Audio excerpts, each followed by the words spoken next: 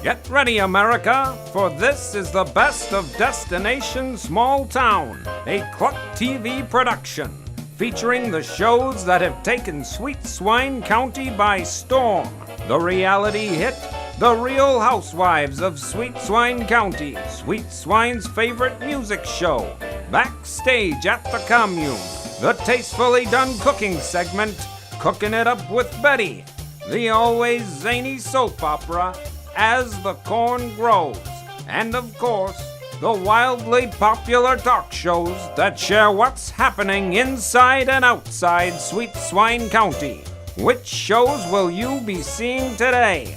Stay tuned and find out right after the break.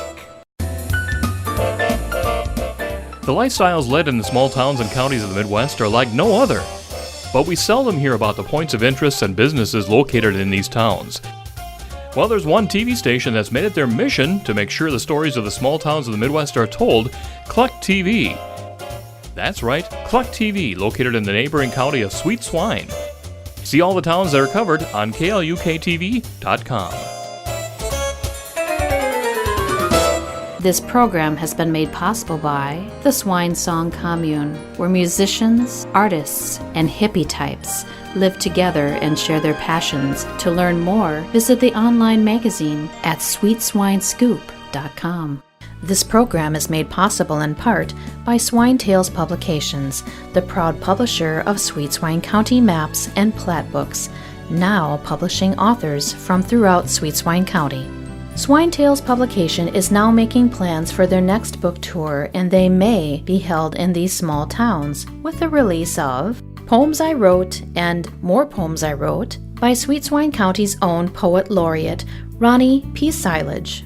After serving as Poet Laureate of Sweet Swine County for over 20 years, Ronnie was encouraged to put his poetic masterpiece in book form for all to cherish and enjoy. With a wealth of life experiences to draw upon, Ronnie P. is a veritable pit of poetic musings and life lessons learned. Each of these towns and their businesses are being considered to hold a book signing because of the information found on the best source about small towns of the Midwest. To learn about these towns and their businesses, visit DestinationSmallTown.com.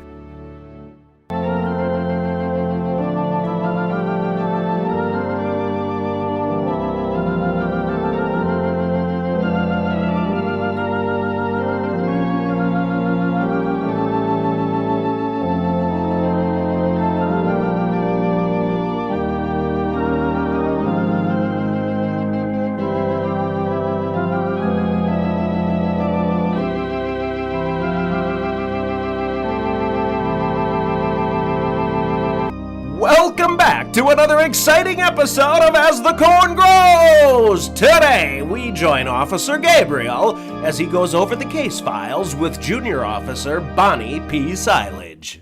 What's the next case, Junior Officer Bonnie? Looks like the stone statue, the founding father of Phineas Flanagan, the founding father of Purdue University statue. You can mark that case closed.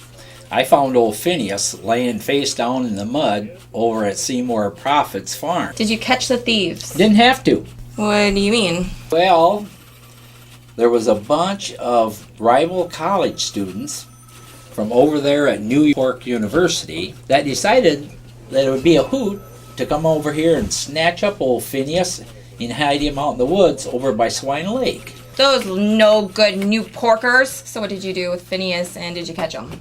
Well, that's the best part. I got a call from Maud, Seymour's wife, the other night, and she was hysterical.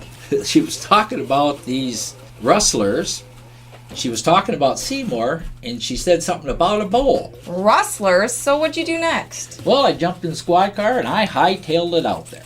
Did you catch the varmints? Didn't have to.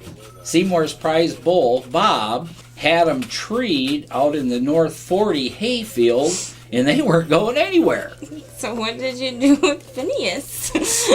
Well, like I said, they had dropped him in the mud when the bull showed up, so I had to haul him clear over to High Horse and get him cleaned up. Then I had to take him to that statue guy and he had to finish his broken nose. And so I think he'll be back on Tuesday. So I guess this file then is closed. So we can move on to the next one, which is Katie Olson, aka Selma Schwartz, missing person. You can mark that one closed too. Did you find her? No, but I have some contacts over in Italy, and they got a hold of me and said she had been arrested for grifting in Tuscany, and she's live and well and is no longer missing. So you don't think we should bring her in for impersonation of another person? Nobody's filed a complaint, and besides, she hasn't broken any laws. Sweet Swine Police Headquarters.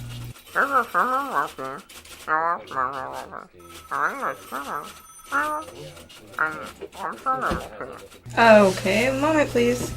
It's for you, it's Officer Starkey from the U.S. Marshals Department.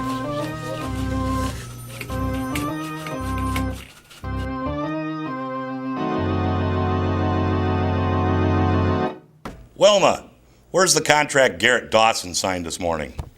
I put it on your desk. No. This contract's signed by Alan Morphew. Who the heck is Alan Morphew? He was here this morning to see you. He must have signed it then. What in the blue blazes is going on? The only guy I met with today was Garrett Dawson. No, I tried to tell you that young man's name was Alan Morphew. But you didn't have time to listen. Wilma, get this Alan Morphew on the line right now. I gotta get this straightened out. Sure thing, boss. Hold, please, for Cousin John. Cousin John, I have Alan Morphew on line 1. What kind of underhanded shenanigans are you trying to pull? Shenanigans? Yeah, shenanigans. You waltz into my office masquerading as Garrett Dawson. Whoa, now. I never said once that I was Garrett Dawson. I tried to introduce myself, but you just kept insisting that you knew who I was. Yeah, but you look just like the guy. No, my wife says I look twice as handsome. I have been told that I do look a little bit like Dawson. No, you look just like Garrett Dawson. You sat there and let me sign you to a 26-show contract knowing that I thought I was signing Garrett Dawson. Let's be fair, Cousin John. No, that's Mr. Olson to you, you Garrett Dawson wannabe. Hey, listen, bud, I never said I was that no-talent Dawson guy, and you insisted that I sign on the dotted line. Listen, you misrepresented yourself. I did not. And by the way, I just got back from my lawyer Ed's office. He said that we have a legal binding contract. Now listen to me. I have no intention of paying some no-name $25,000 an episode. Lawyer Ed says you do. Unless what? Tell you what, it goes like this. I will agree to reduce my pay to $5,000 a show. And I've got a big bonus for you, too. I'm going to bring along my wife, Sarah. She's going to be my co-host.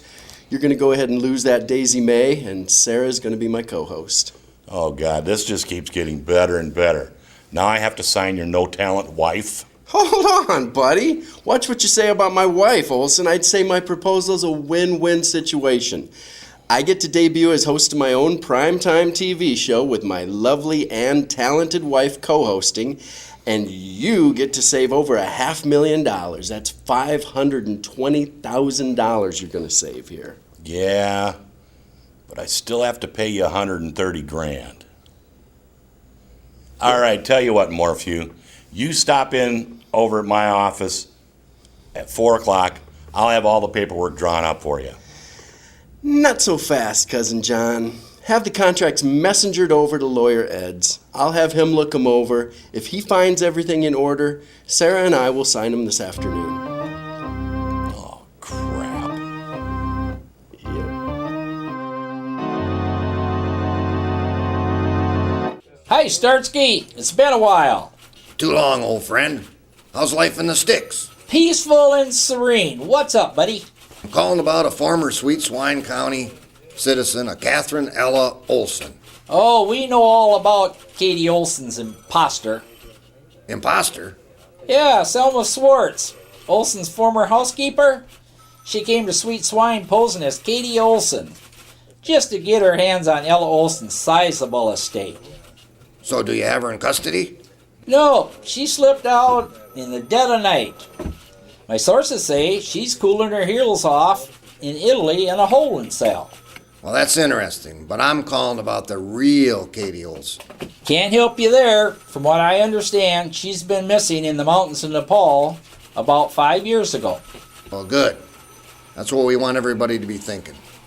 Since we've had her in the witness protection program for 5 years, since that thug of hers isn't such a threat anymore, she's thinking about coming home. Katie Olson is alive? Katie and her daughter are alive and doing well. Her daughter Daisy May? No. Who? Her daughter, Ella Catherine. Katie's alive and she has another daughter? Yep. And they're coming home to Sweet Swine.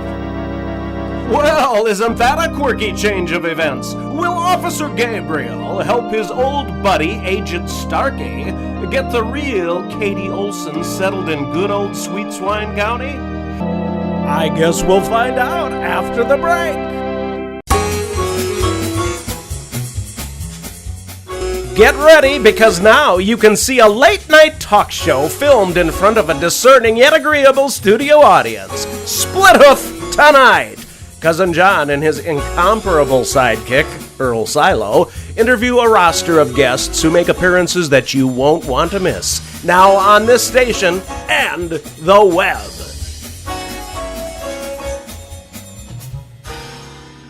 This program is made possible in part by Swine Tales Publications, the proud publisher of Sweet Swine County maps and plat books, now publishing authors from throughout Sweet Swine County.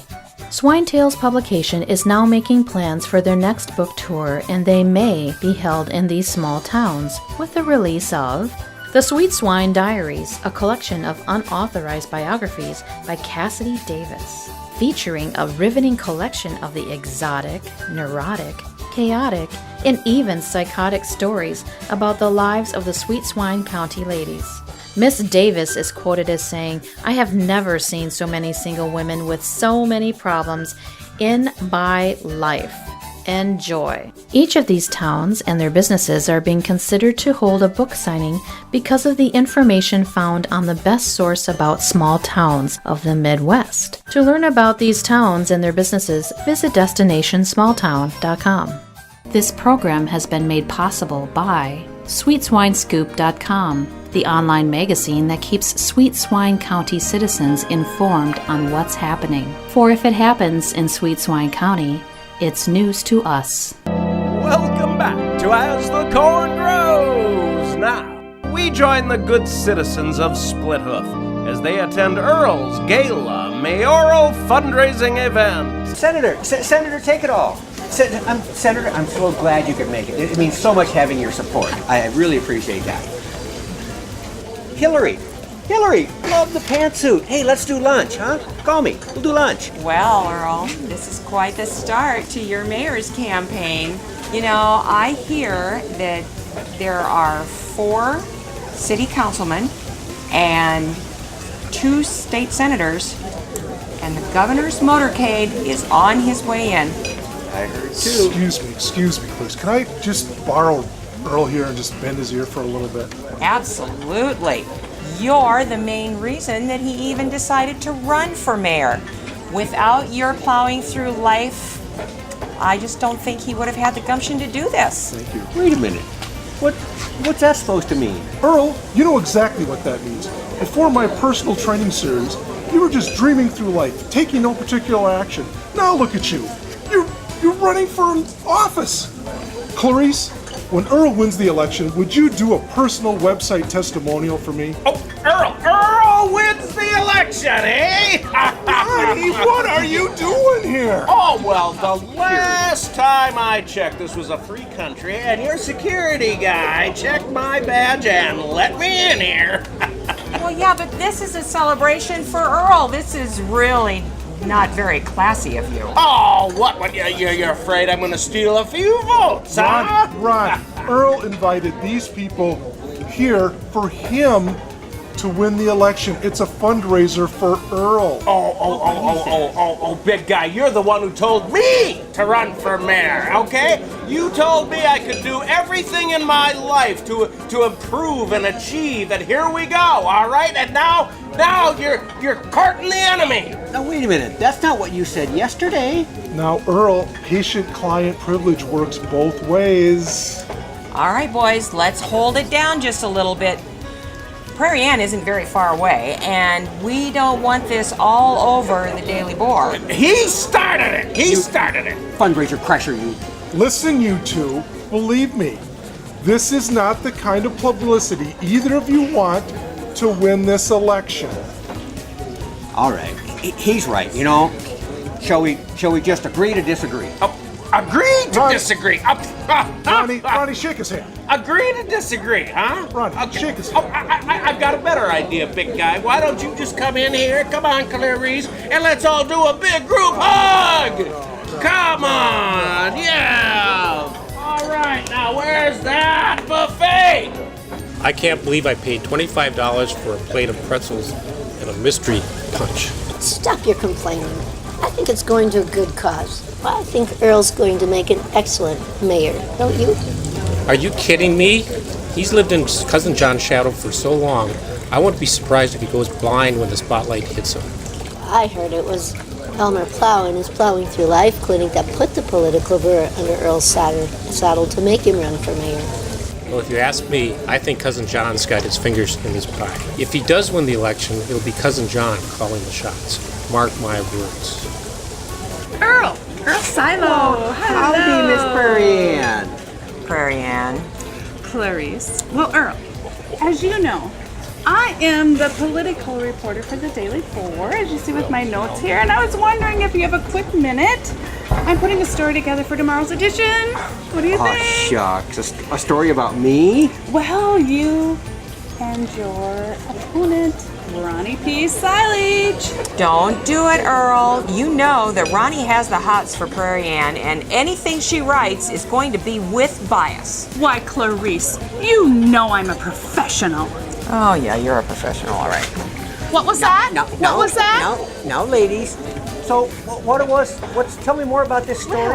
Well, as I said before I was so rudely interrupted, Earl, I am doing a series of articles profiling the candidates that are running for mayor for Split Hoof. Don't look now, but I think Clarice and Prairie Ann are about ready to throw some blows.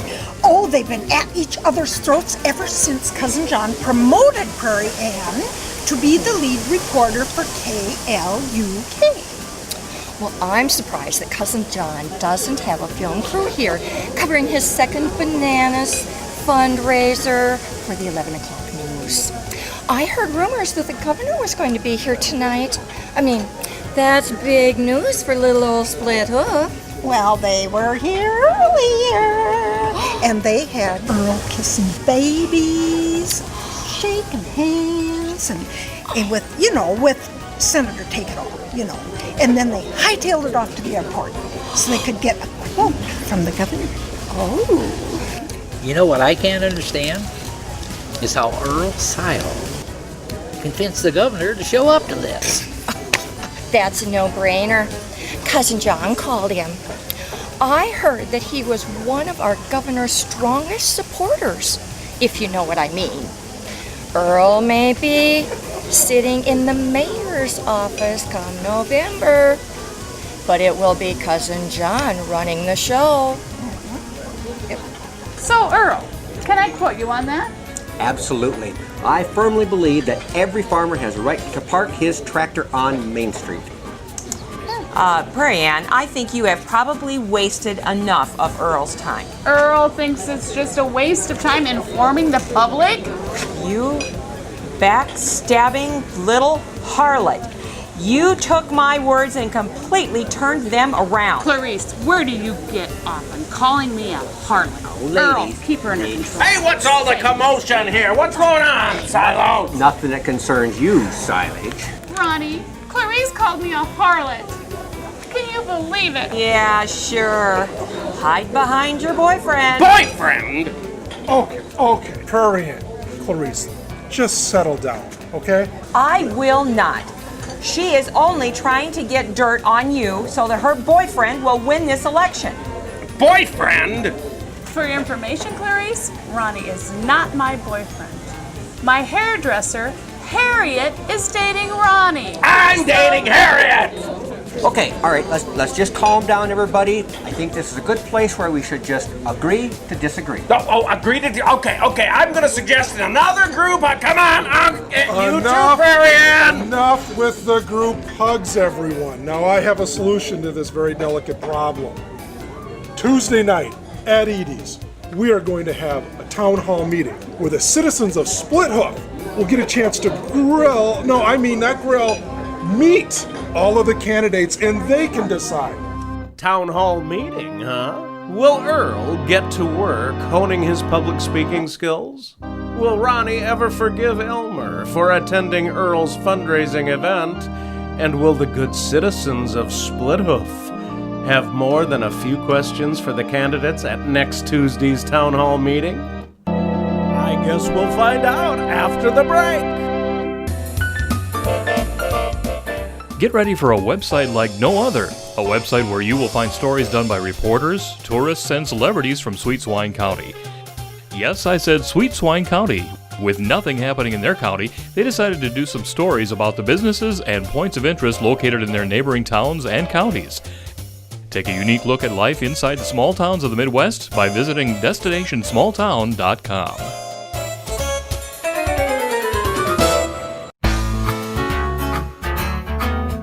Get ready, because our culinary expert and, dare we say, wine aficionado beyond belief, Betty Thompson, is preparing some tantalizing dishes for us on her show, Cooking It Up with Betty.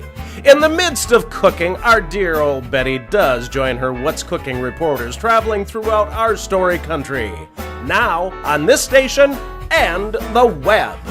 This program has been made possible by Purdue University, Sweet Swine County's Institute of Higher Learning, with 3 classroom trailers that can accommodate up to 9 students each. To learn more, visit sweets.com. Welcome back to As the Corn Grows. Now, due to the breaking news of a new museum coming to Sweet Swine County, this week's episode of As the Corn Grows will not be shown.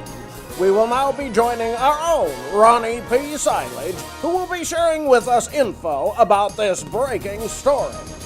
Hi, I'm Ronnie P. Silage, and I'm excited to announce that there's finally a place where you can learn all about the lifestyle here in Sweet Swine County.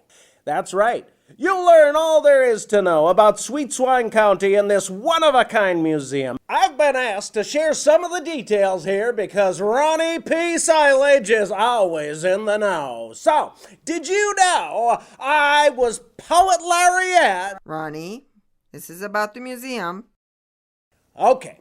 I've made a list of things for everyone to see. First, an interactive exhibit called Sounds from the Barnyard. In this one-of-a-kind exhibit, you'll be able to hear recordings from farm animals dating back to the 1940s.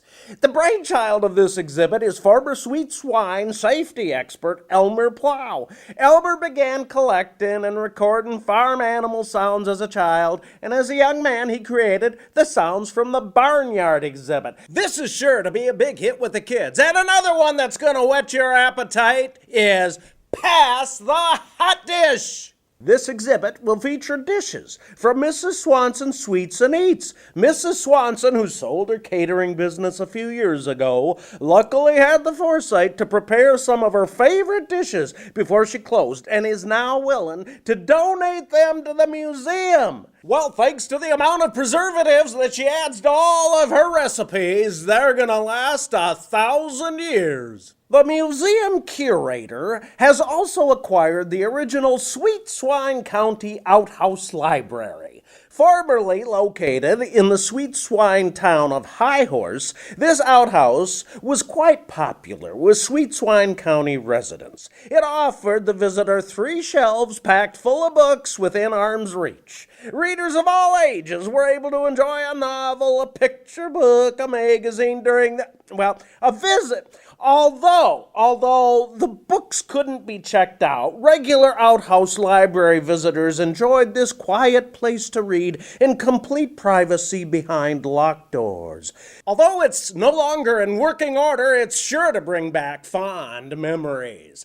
And that's not all. The curator has also created displays from Purdue University, my alma mater, and Sweet Swan County's distinguished Institute of Higher Learning, which proudly boasts of 3 classroom trailers accommodating up to 9 students each. The museum, in an effort to include a total picture of life in Sweet Swan County, will also include a display for the Sweet Song Commune. The Commune is a place where musicians, artists, and hippie-type people live together and share their passions. There'll be a display called Swine Life that will show all the organizations and businesses that call Sweet Swan County home. This will include businesses such as It'll Be Gone Savings and Loan, the Plowing Through Life Clinic, the Daily Boar newspaper, and organizations that include Legion of Decency and Sweet Swine Mourners Club, just to name a few. There'll be a Sweet Swine art gallery that features artists from Sweet Swine County. Displays will include the works of Andy Warhol, and the poetry by me, Ronnie P. Silage. Now let me read you one of my poems. Ronnie, this is about the museum.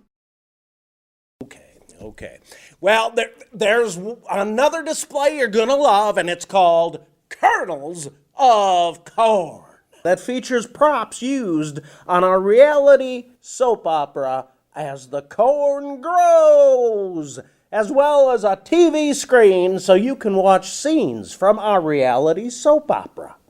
On the second floor, you'll be able to visit KLUK TV Studios, where all your favorite talk shows are filmed, as well as a big screen to watch clips of your favorite KLUK TV shows. So there you have it, folks. Now stop by the Sweet Swine store for your favorite souvenir t-shirt, mug, piggy bank, you name it. This is Ronnie P. Silage for KLUK TV.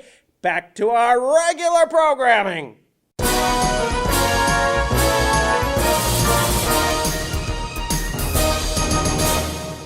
This program has been made possible by SweetSwineScoop.com, the online magazine that keeps Sweet Swine County citizens informed on what's happening. For if it happens in Sweet Swine County, it's news to us.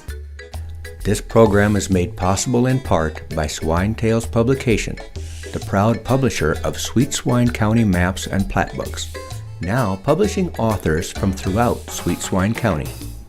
Swine Tale Publications is now making plans for their next book tour, and they may be held in these small towns with the release of Earl Steps Out, My Story by Earl Silo. Born and raised in Sweet Swine County, he never saw any reason to leave. After all, what could be better than good old Split Hoof? Oh, sure, he's considered going to Newport for the annual running of the Pigs Festival. He said he does enjoy a good pig race now and again. But when it came right down to it, he just couldn't make himself get all gussied up and drive 10 miles to see some other farmer's pigs race.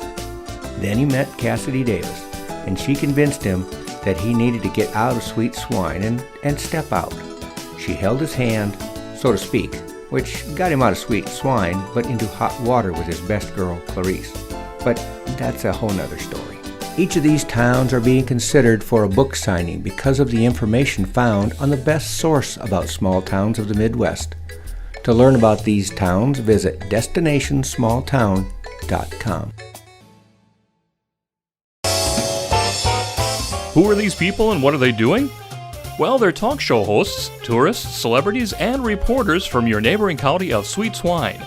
Yes, I said Sweet Swine County, and they're sharing what they've learned about the businesses and points of interest in the small towns of the Midwest. Learn all that they learned on destinationsmalltown.com.